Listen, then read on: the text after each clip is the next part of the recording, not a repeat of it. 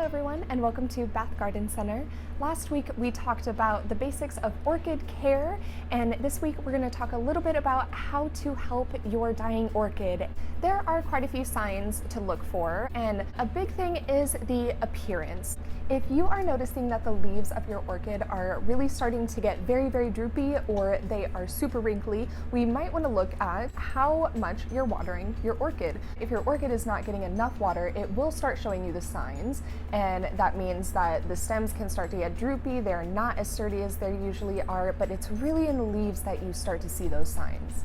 Orchids do like to dry out in between their waterings, and we don't want to overwater them because that is a very common way to kill your orchid. So you want to just take a look at your soil, see if your soil is starting to dry out or if there's some moisture that's still built up within your container.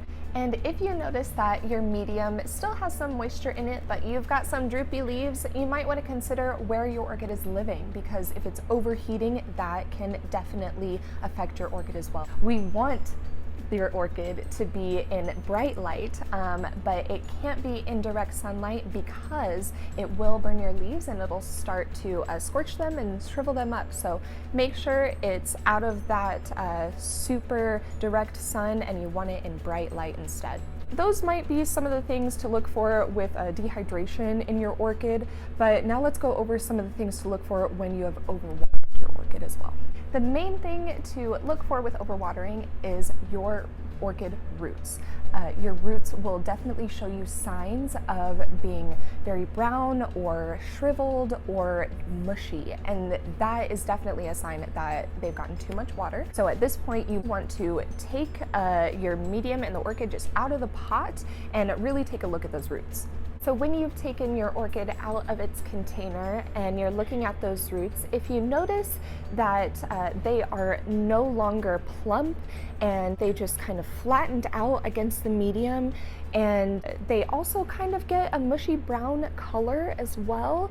So you want to just take your fingers and kind of feel the roots, see if they squish between your fingers, and if they do, that's definitely a sign you need to get rid of those roots, and there could possibly be root rot within your soil and your orchid, so we need to remove those right away. And your healthy roots will definitely look a lot different from these mushy roots that could possibly have root rot.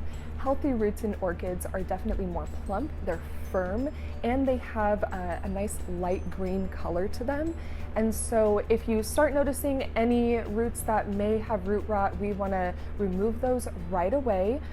Make sure you give your roots a good rinse and get rid of all of that orchid bark or whatever medium that you're using, and replace all of it because root rot can live in the soil. If you're wondering where you should cut back your roots if they look rotted or mushy, just look for any healthy part of the root, and you want to just cut above a little bit of the infected part and leave only the healthy part of the root.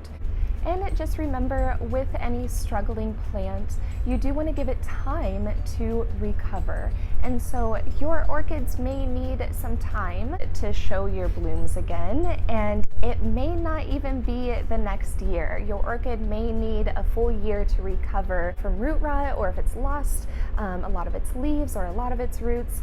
Plants just need care and time. So be patient with your orchid and give it the right environment and care that it needs, and she will bounce back. There is a ton of information and hacks and tricks for orchids out there, and some of them are really great and some of them may not be so great. So just make sure you're giving your orchid the right care that it needs and the environment that it needs. And if you ever need any help with orchids, you can ask us here at Bath. Come on down here to Bath and check us out online, or check out our blog as well, and we hope you have a great day. Sorry. I didn't realize it. Make sure your orchid is not in the direct sunlight.